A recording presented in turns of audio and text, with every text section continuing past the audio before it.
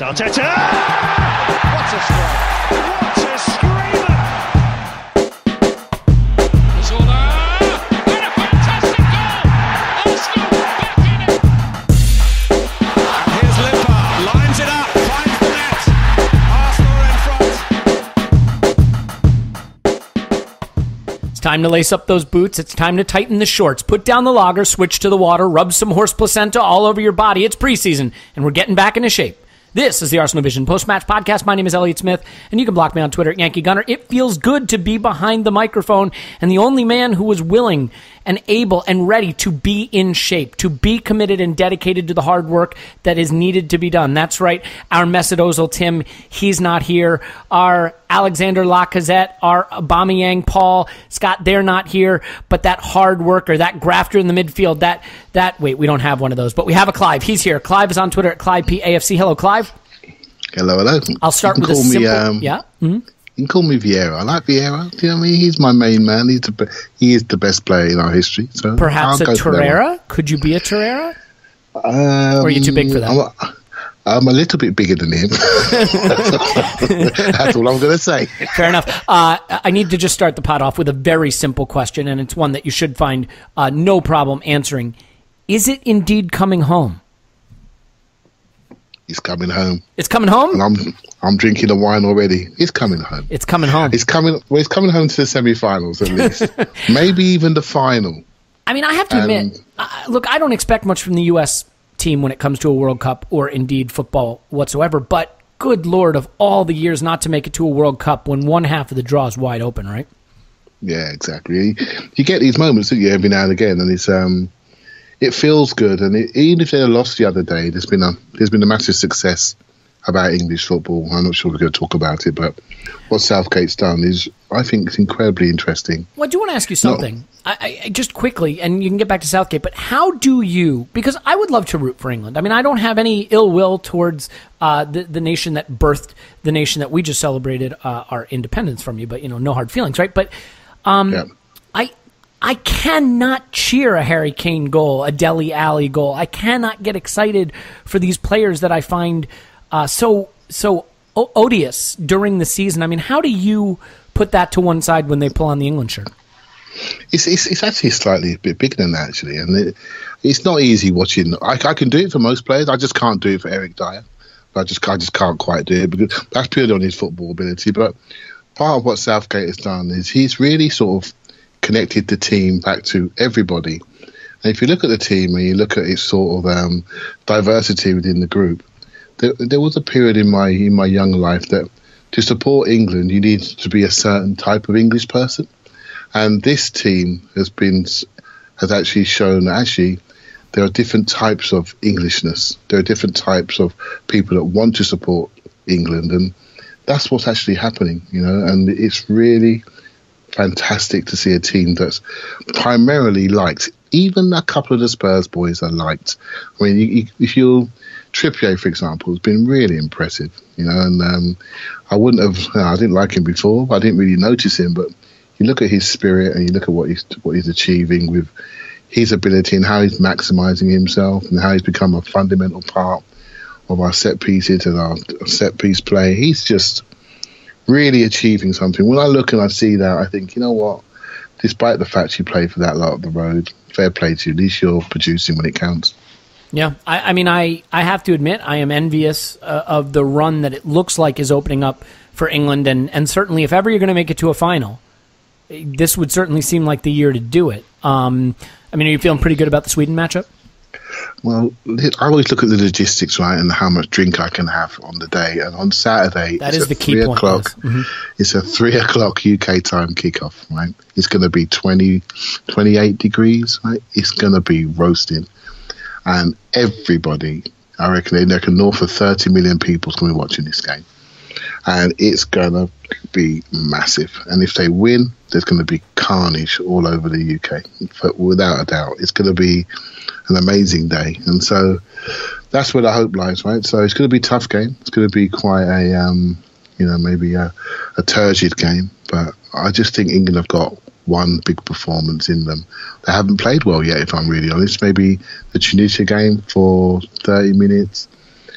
Panama was like playing the dog and duck. That was too easy for him. And obviously Belgium, strategic loss. And the other day I thought was probably the best overall performance because of the nature of the game. So they have got a good game in them where they really perform and maybe do some stuff in open play they haven't done so far yet. So, yeah, I'm looking forward to it. I will have you know that Panama can be turned into a difficult fixture if you're really committed to it. We managed it twice in qualifying. How did you do that? Don't get me started. But I guess, the question I have then is, can England... I mean, I realize that there's a lot of euphoria. I realize there's a lot of momentum. And we'll get on to the Arsenal stuff in a minute. But this is the one thing that I still look at England and I just can't figure out. Can you really make it through a tournament without a midfield? Because it is not a great midfield, is it? You remember when we used to have the Xhaka one-man midfield and everyone else ran off? That's your Henderson version? Yeah, Henderson is the Xhaka, but Henderson can't pass 30, 40 yards. Well, that's the problem. He's Xhaka without passing. He's doing it on pure running ability, trying to cover all the spaces where everyone else can't get to, and he holds them up until the other people refill. And so it's a strange sort of system. They're playing like almost 3-5-2, but the 2 8s in centre mid are really running beyond the 2 forwards, and the 2 forwards are coming back in. So it's almost like they're switching. But what we're not doing, we're just not carrying the ball in the centre of the pitch. We're not building up play centrally. Yeah. So we're building up in wide areas, but we're not really getting the ball to Kane. I read something like he's only had like 77 passes in all the games that he's played so far. I mean, we're just not getting the ball to him. He scored his goals about 9 shots, I think, and so these numbers can't continue. Right? No, they can against Sweden, but when you come up against the likes of Rakitic and Modric in Croatia, if that indeed comes to pass, that could be where you really have a problem. Yeah, he's got so far. This is where Southgate, he's been quite good in selections. I questioned Harry Maguire before the tournament. I thought maybe Cahill should play. Well, that's been proven wrong. Harry Maguire's been fantastic. But I think this game needs somebody to carry the ball. You need a couple of carriers. You need Loftus-Cheeks maybe to play this game instead of Ali, who can't carry the ball and he's not really getting close to Kane to warrant his position. So I would like to see someone carry the ball in there. And maybe just to freshen it up, Rashford to play. But it wouldn't bother me if Sterling played because I think he's been underutilised. Yeah, and I definitely think Danny Rose should definitely play on the left back. So. Well, the interesting thing is, I mean, this England team could be the weird case where they don't play well all through the tournament. They eke out the Sweden match, and then against the better teams they might face in the semifinal and, dare I say it, a final, they could benefit from playing without the ball. I think there's the talent to play on the counter, whether you want to start a Vardy or a Rashford, and certainly Sterling can do it, and Kane can do it to a certain extent, but it may benefit England to defend deep and counter, although it didn't really look like that at the end of the Colombia game, to be fair. But, I think they were just holding on for dear life at that point. But coming up against the bigger sides may allow England to play without the ball more, and for a team with no midfield, that might suit them, huh? It might do. I think it's quite interesting, flipping it to Arsenal a little bit. When we talk about our players, we talk about how they play and their technique and their flow. And it's a bit of almost like a beauty contest when you see some of our players play. They do some things beautifully. Not if we sign Carrera.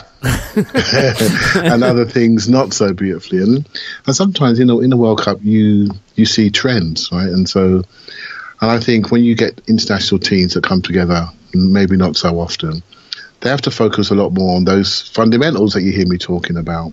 And if there's a trend that's coming out of this World Cup, it's about the hard-working teams.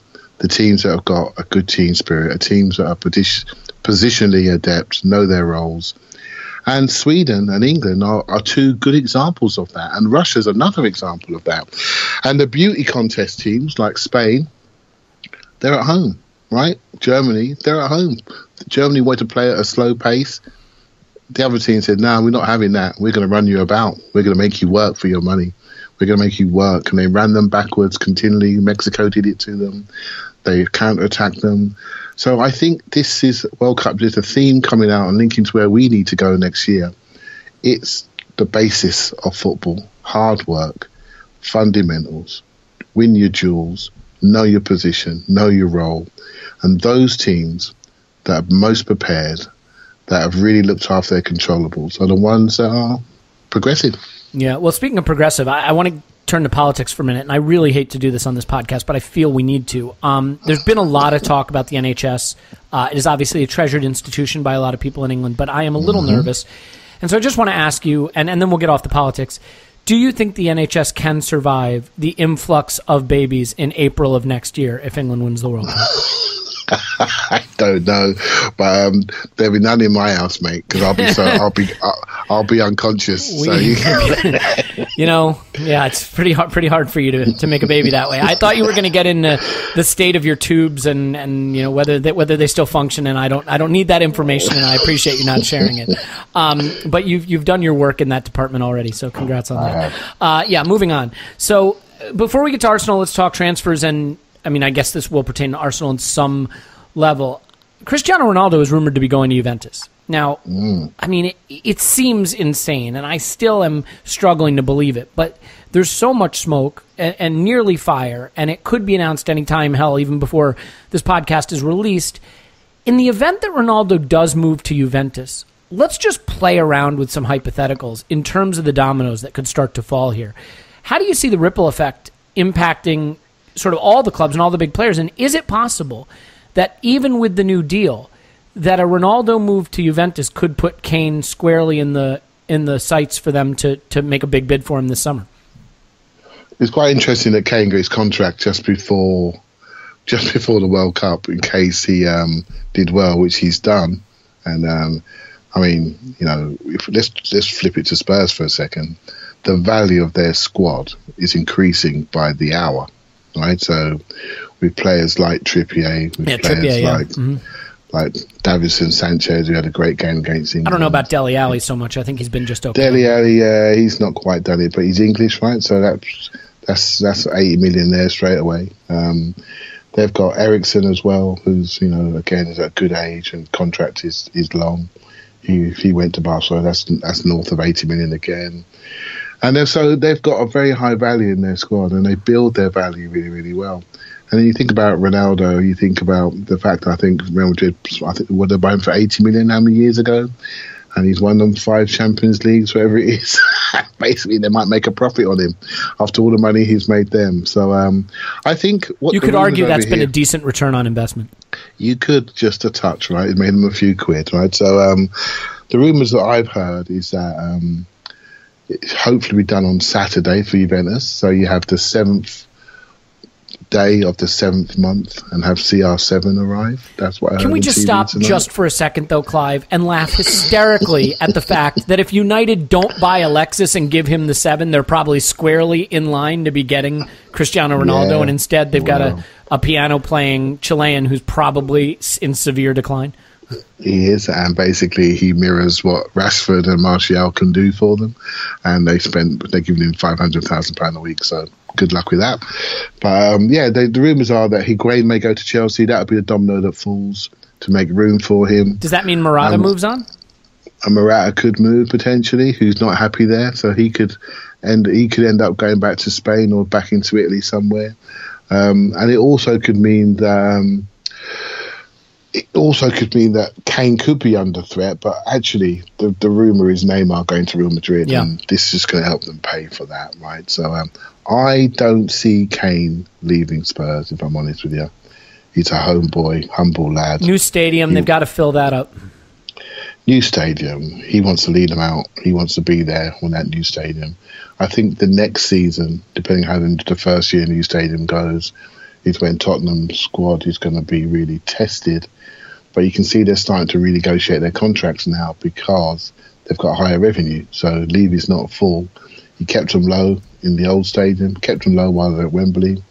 New stadium, new revenues, guaranteed season ticket money. I'm now going to up your contracts and see how we go. So what are some of the other dominoes that fall? I'll just let you go here for a while. Speculate with me. So Neymar moves, Ronaldo moves, Higuain moves. I mean, is this kind of the Ozil summer when he fell in our lap? There were a lot of moves at Real Madrid that wound up making that a possibility. I think the James Rodriguez move. How could this shake out where it impacts us and maybe just generally moves that could be relevant to us? I'm not sure if there's anything that could happen.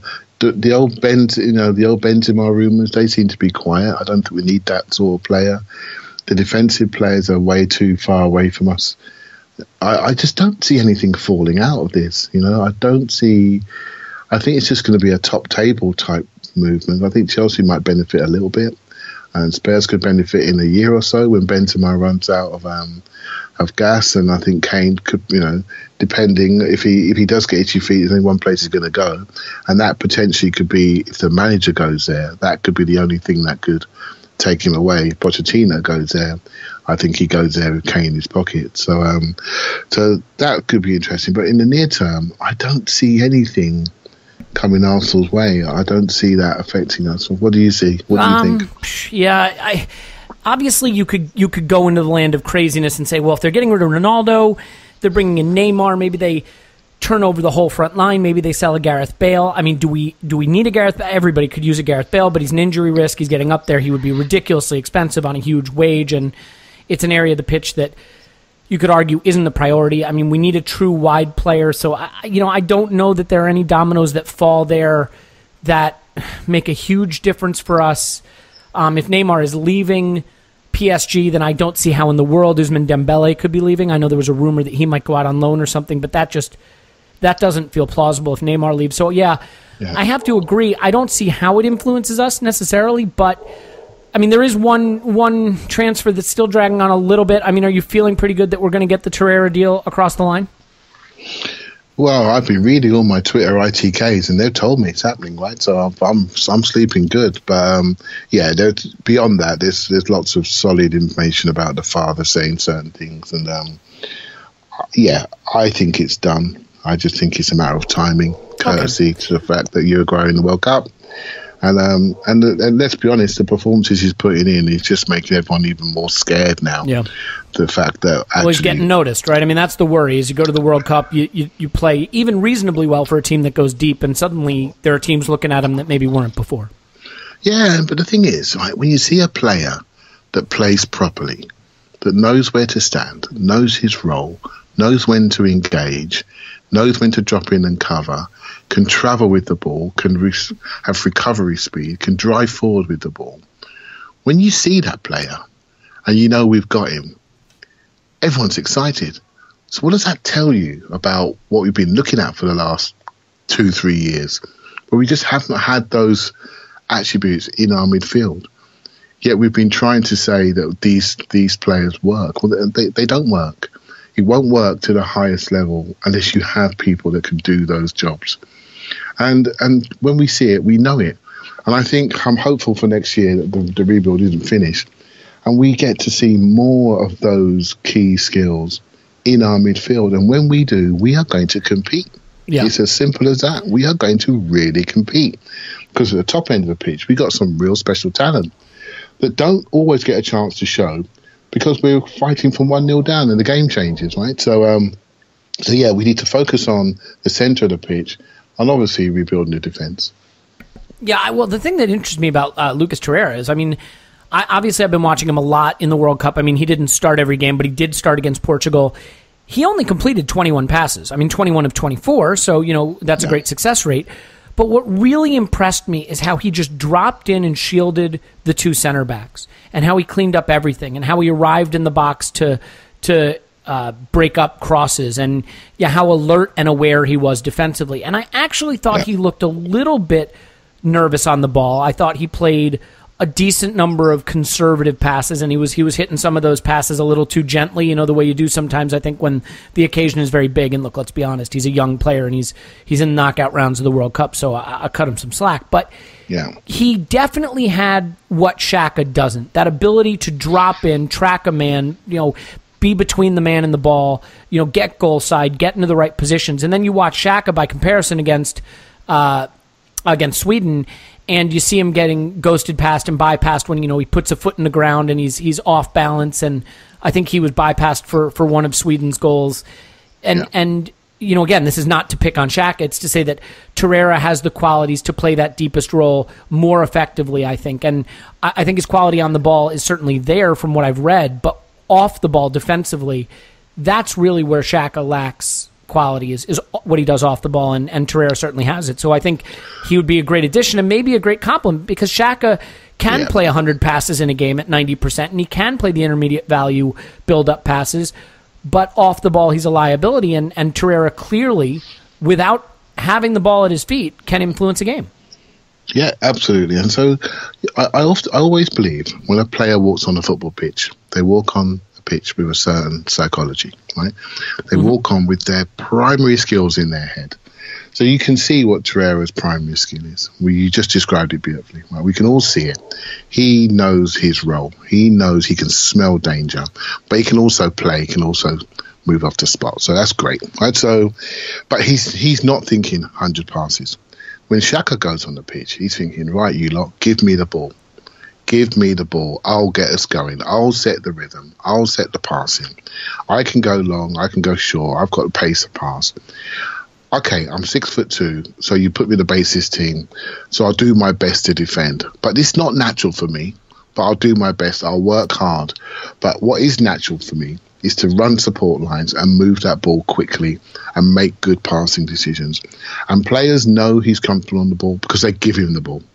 Right? They want to give that player the ball because good things can happen once he gets it at his feet.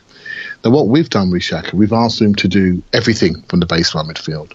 Be that defensive player. And for some people, because he doesn't do that, he's not a good player. And for other people that can see the offensive side of his game and the playmaking side of his game and just recognise he's doing that from a deeper position, really then comes to how we surround him to make sure we protect him defensively. And what Switzerland do, they use Barami, who's a very leggy, destructive player, who just runs around and then gives Xhaka the ball. They used to use Zakaria, but Barami took him out of the squad. He's very similar, 6'2", Vieira-looking midfielder, runs around a lot, gives Xhaka the ball. And so what we have in Carrera, I think it is going to be complementary. We have a run around a lot, very agile, very Kante-like sprinter to the ball, who can cover, he can play, but he's going to give Xhaka the ball. So I said a few tweets tonight. I said we were coming on, and I said, what do you want to talk about? And a lot of people are talking about the very thing we talk about now, Elliot, is do we see Carrera taking Xhaka's role, or do we see him as complementary? And I think they're going to be complementary. I would say this. I think a Carrera, Xhaka, Ramsey midfield sounds pretty balanced to me. It has a long-range, intermediate value passer who can sort of quarterback from deep. It has that sort of pit bull, all-action, deepest central midfielder who can carry the ball a little, who has a dribble on him, who can, advance the ball with it at his feet and be more press resistant than someone like Xhaka and can shield the back four. And then you have someone in Ramsey who can run the entire length of the pitch, but also link up in the attack and be just as effective in the final third. What it means for Ozil is he may have the number 10 on his shirt. I don't think he could play the number 10 on the pitch. And that is the question. Can you move Ozil out to one of those wide forward positions? Do you have a front line that is Aubameyang, Ozil, and Lacazette, or Aubameyang, Mkhitaryan, and Ozil, and Lacazette is a rotational option?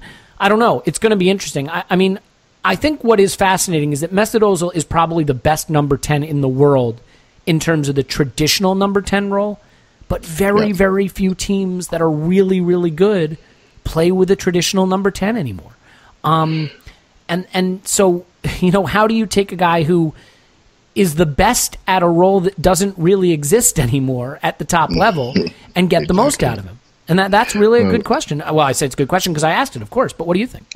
It's a great question, and as Tim's not here, I'm now going to speak just like him because he's just done a blog today on Ozil called The Imperfect 10, and I just had a brief read of it. I read it even when he's not on the pod, we're referencing I've just written a blog about this. We're talking about Clive's testicles. I've just written a blog about this. So basically, I'm with you on that. I've said for a long time that the 10 doesn't really exist anymore. You got to bring some either goal scoring or you got to bring some pressing in the modern game now. So I think Ozil off the side or else or Ramsey, and it's another option because I was a big fan of the sort of 2015 team with Coquelin and Cazorla, with Ramsey just tucked in on the right, and I was a big fan of that with Ozil and Alexis and Theo switching between centre forward and left side.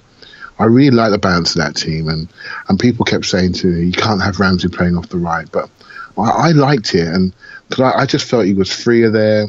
He could swap with Ozil. It's almost like a 4-2-2-2 You know, it was that sort of formation, and I quite liked it. 2 players looking after the deeper part of the pitch, 2 attacking midfielders, and 2 forward switching.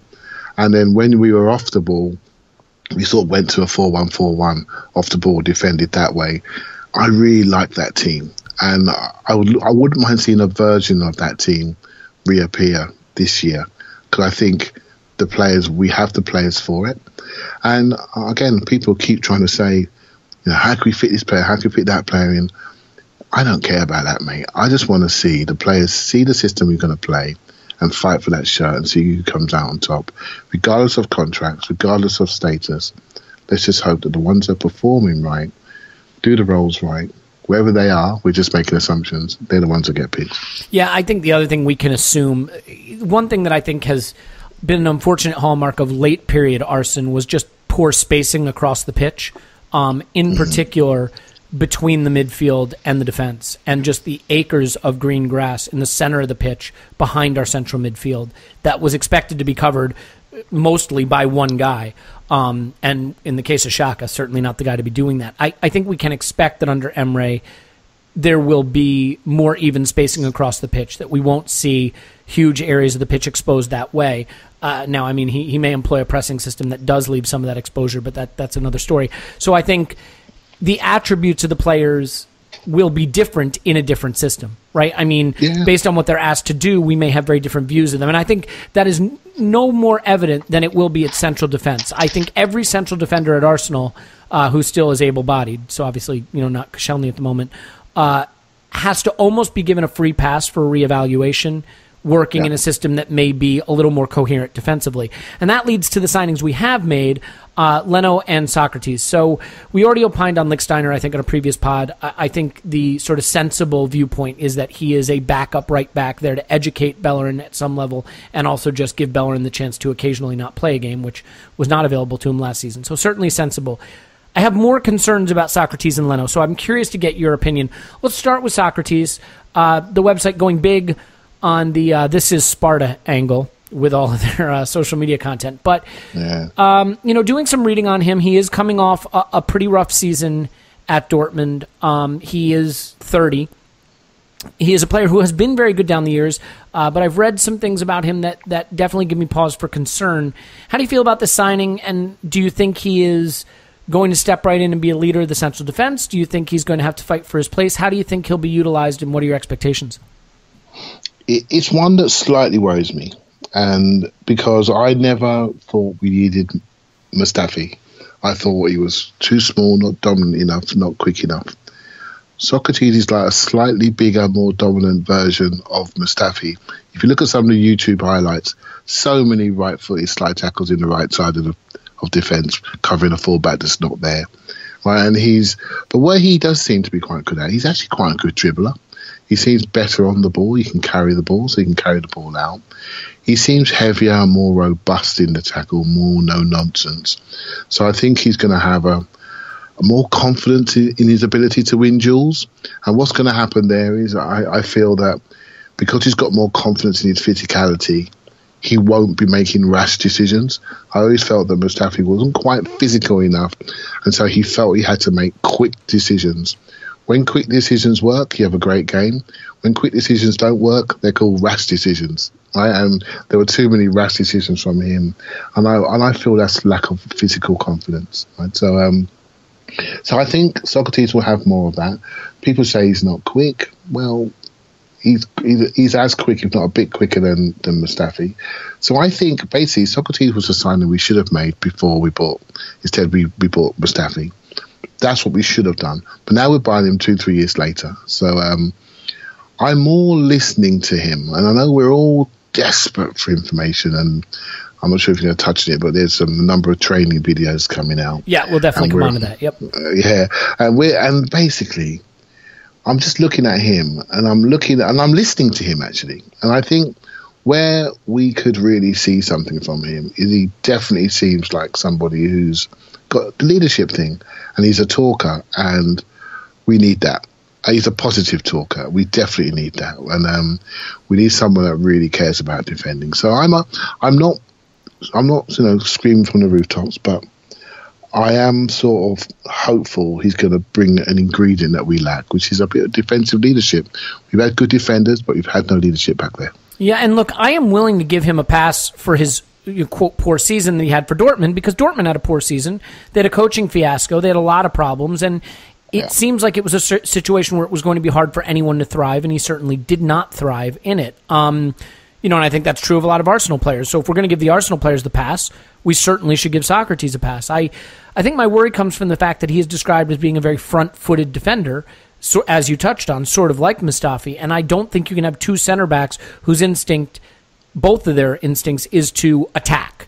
I think one of them has to be willing to sit, one of them has to be willing to ride the challenge, one of them has to be willing to position themselves to defend the space, but both of them are guys that want to defend the man in the ball. And that I think could be cause for a problem. I've heard it described that Socrates can get bypassed when he steps up sort of rashly, and we certainly know Mustafi can. So that's a bit of a worry, but I just can't help but think that our central defensive situation is not currently built for a back four, and that only a back three allows us to play a center back group that makes sense in terms of their qualities. Having said that, like I said, new manager, new situation, totally willing to give them all a pass. I think my worry with Socrates is just that he is not one for the future. I mean, he is 30. Now, center backs can play a little longer into their career and be effective a little longer into their career. But I'm curious if this means that we really see Holding and Chambers as the future in central defense, because I am skeptical that Laurent Koscielny will play this season at all. I mean, an Achilles tear can be a career-ending injury, and certainly for people later in their career. But we'll see. Fingers crossed that he does make a comeback and he can participate. As far as Leno, again, another one that's a little bit of a head-scratcher. It certainly, to me, does not look like he's brought in to be the starter. Czech got the number 1 shirt. I assume he will start the season as our goalkeeper. Talk me out of this, Clive, but the description of Leno, it's what I've read, just the description, the statistics, everything I've read, just, to me, aligns with Almunia version 2. So talk me out of that. No, you can't say that. I'm just saying what I've read. I would admit, if he was sitting in this room with me right now, I would not recognize him. So I am not going to pretend I have any information beyond what I've read other people say about him. Okay, well, natural thing is when we make a sign, you want to be positive about him. So I want to see the positive signs, and he's been a goalkeeper in the first team since he was 19, which is really positive. Much like Szczesny started young, that means you got a young super talent.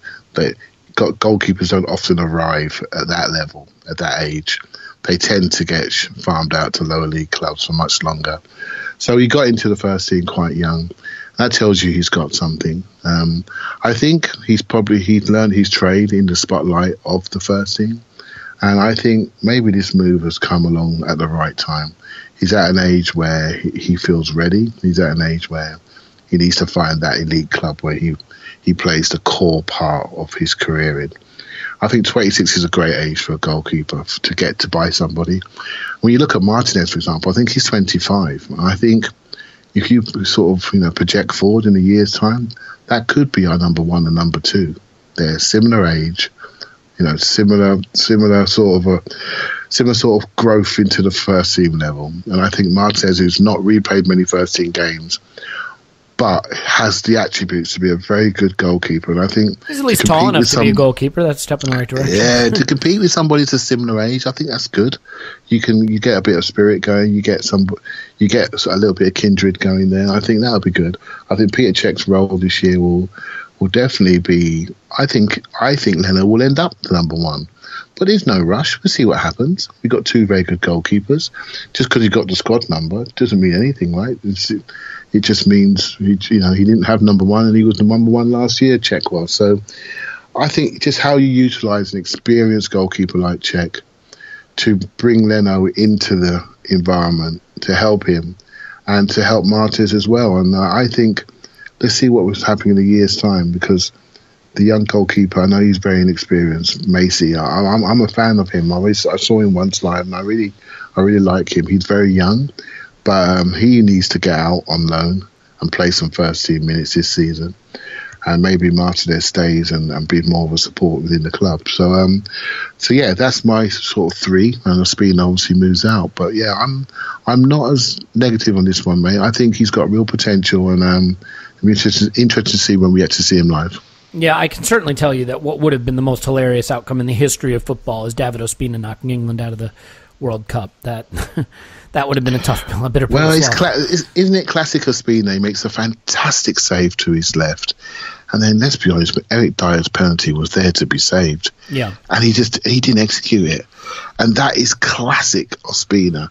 He's a very good goalkeeper. That's just not quite good enough. Well. And that's the truth. So here's my worry. I mean, the only reason I'm really worried about Leno is the only thing I've read that really worries me is that he has the big mistake in him, that he made a lot of big mistakes, that he doesn't necessarily command his area well. But the thing that they say to his credit is he will make the spectacular save. And, for me, I'm a little different mindset when it comes to keepers. Like, yeah, if you can get a David De Gea who literally moves you 4 places up the table, great. But all I want from the keeper is I don't want the keeper to lose you the game. I don't want you to look back. If the keeper doesn't make any extraordinary saves, but doesn't make any huge errors, I'm okay with that. I just want to be able to look back at the game, and the goals we conceded weren't a keeper error, and the saves he made are saves you'd expect him to make, and I'm fine. And so, it's great if Leno saves a goal that any other keeper would have let in, but what I really can't stomach is we had the 3 points in the bag, but he let one go through his hands, or, he dropped one into his goal. And so I worry about that. And after watching Almunia, who in his own right was a decent shot stopper, make so many errors and flap at so many crosses, I can't go back to that. I have PTSD. I cannot go back to that experience. Yeah, a lot of it's decision making, right? So we watched Szczesny in the World Cup. In the first game, he came charging out of his box, and he was let down by a pass back. But once he didn't get there, he was walked around and goal. And you could say, if you wanted to, it was an error. And we're used to that. We're used to the big sort of Arsenal goalkeeper come rushing out, give a penalty away against Bayern Munich type error. And I think you get good decision making as you get older. And so the command thing can happen at various times. You talk about David De Gea. Well, if you arrived at the World Cup and you saw David De Gea, you wouldn't think he's potentially the best goalkeeper in the world. No, certainly not. Long may it continue. He looked absolutely bereft of any confidence. Like he just needed a holiday. He didn't need the World Cup. It was just one tournament too many. He barely made a save in the whole tournament, and in the end, Spain went out. When that guy's on form, he's saving almost all those penalties, right? He's unbeatable. And he just shows you about state of mind and confidence, and having your mind right is so important to reaching high performance. So, yeah, I'm prepared to give the guy a break. Let's see what happens. I'm so excited about the new season, not just because of the new players and the new coaches, but I can't wait for Emre. I'm all the way on board now. I've gone from being worried when it was first announced to being super excited for him. And I mean, it just the change. I mean, you can see the excitement on Twitter. Like everybody's nervous to say anything even remotely pessimistic because everybody's so excited for change, and it sort of makes you realize how long overdue it was. Whether you were an AKB, a WOB, or whatever the hell you were, just a human being who likes Arsenal. The positivity and optimism surrounding the club right now, I think, is driven by the excitement for change. But let me ask you something. It is being... So I think things are being framed right now, Clive, in a way that is maybe a little disingenuous. There's a suggestion that, holy cow, things are already so different.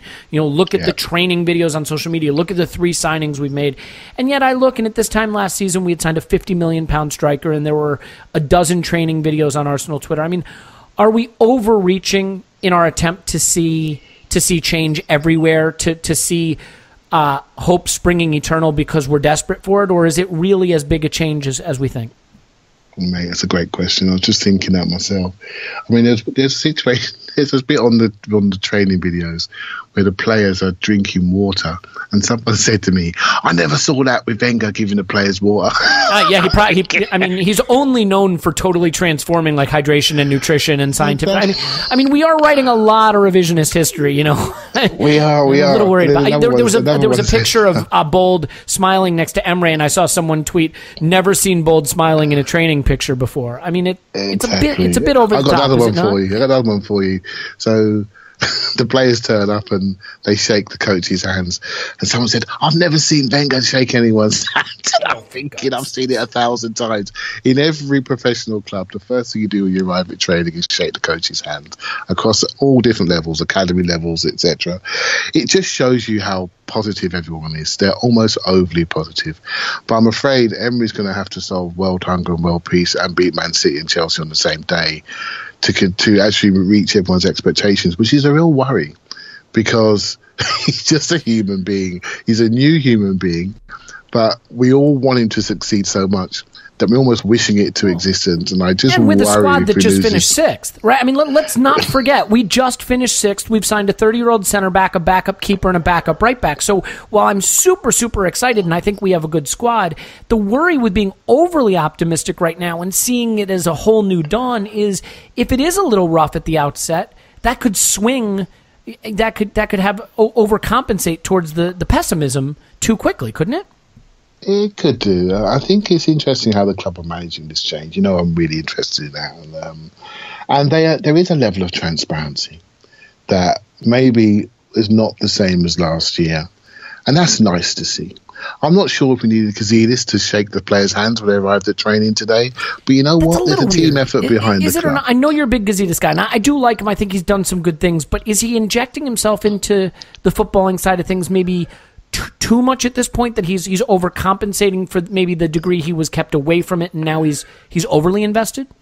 We don't know. Let's not. I thought it was interesting, but you know what? I've sat here earlier and spoke about people depth for how long now, right? And now we're seeing it. We got new coaches, and they're playing a lead role. The narrative was before Wenger did everything. Now we've got 2-3 coaches heavily involved. There's a team of coaches heavily involved. We never saw that before, right? We never saw that before. So they're telling us, this is your new coaching team. This is our manager coaching. He's our first team coach, and this is him coaching. And there's Steve Bold, part of the coaching team.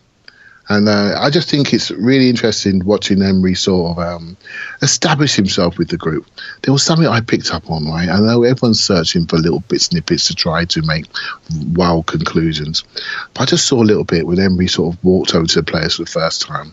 He walked back 5 yards and he called them over to walk towards him. I thought, that's control, right? He's trying to control them, saying, I'm in charge. You stand where I want you to stand. And this is how it's going to be from now on. And I'm thinking, that's quite interesting from a leadership perspective, how he wants to lead. And we talked about Southgate earlier on, very much a manager that likes to empower players, make a club environment international level, which absolutely works, because if you're going to have players leave their clubs, why would they come to an environment that's worse than their clubs? You need to be relaxed and together. But for a club, when it's serious, when it's business, maybe you do need something a little bit more prescriptive, a bit more structured to make people be aware where they earn their main money from, right? So it's early days. I'm as positive as anybody. A little bit worried that the expectations are growing. If we had a couple more signings, I'll tell you what, they're going to have to build 2 stadiums for that first home game. I'll tell you now, there'll be people queuing outside for weeks before that game because the expectations are going to be so high. Well, and it's quite a fixture. So, good luck. I think, what's really interesting, and this is the one thing that I think you have to feel pretty good about. Mesut Ozil's World Cup is over. Aubameyang didn't go. Lacazette didn't go. Ramsey didn't go. Xhaka is out, although he went reasonably deep, but he's out. It's done. Carrera, if he signs, obviously he's still in it. But you go up and down the list, and we don't have a lot of players still at the World Cup, and most of our key players didn't even go to the World Cup. And then you look at United, and in particular City and Spurs, of course, and Liverpool to some extent. And they all have key players that are still in the World Cup and poised to go very deep. And, City on opening day, probably not going to have Gabriel Jesus, probably not going to have Sterling. It's certainly a possibility. I mean, maybe they will. It depends when these guys get back, how much time they want. We know that with Arsene Wenger, he was very, very conservative about bringing guys back after international tournaments. Maybe Pep won't be as conservative. But I mean, that is where our advantage is early in the season with these players who have now a full preseason, something we haven't really had in a while, especially when Alexis Sanchez was there, and it seemed like he was always playing international football until into August. So it does make a big change. I mean, do you think that advantage could be really telling at the start of the season, especially with City and Chelsea first up?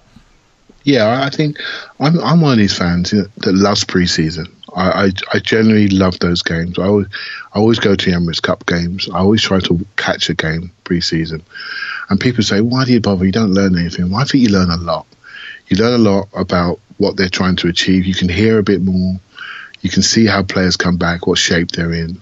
And I think preseason is going to be huge this year because we are going to see a lot of our first team players out there. So and we are looking to see what formation we're going to play. Are we going to play 4-2-3-1? We just seen Carrera playing a diamond. I love a diamond, 4-diamond-2. Would that work for us? Are we going to play 4-3-3? We just don't know what we're going to see. Although people are making huge conclusions, right? But then if you do get past the first two games, and just imagine if they are positive, we're off and running. We really are, because we get more and more players back like everybody else. We get more and more players back to sort of peak fitness. And the next stretch of games after the first two games are quite decent. So those first two games are huge. They really are. If we come out of there with a positive points, we are going to really set the cat amongst the pigeons. And it's going to be interesting. So lots of if, buts and maybes, but yeah, I don't think I've looked forward to a first game of the season more than this one ever. Oh, yeah. I mean, that's for sure. I wonder, it's also easy, too, to look and say, all we've signed is a backup right back, an aging center back, a backup goalkeeper. I mean, certainly signing Carrera would be a monster step in the right direction. But it's easy to forget, too. We made two fairly enormous, not just fairly enormous moves in January. And I think to some extent that has to be credited towards the summer. I mean, we signed one of the best center forwards in Europe, and we got a great playmaking, goal-scoring forward, admittedly swapped for another fantastic player, but maybe got the better end of that deal in terms of trajectory of performances. But so those moves almost have to be counted towards this summer in terms of turning over the squad. And so we are in good position. I guess the question that kind of hangs over it all, Clive, and we can start to wrap up with this, but no real news on Aaron Ramsey. And I think the perception is if he doesn't sign, he'll be sold. Do you think that Carrera could potentially, and unfortunately, instead of being an addition to the midfield, be a swap?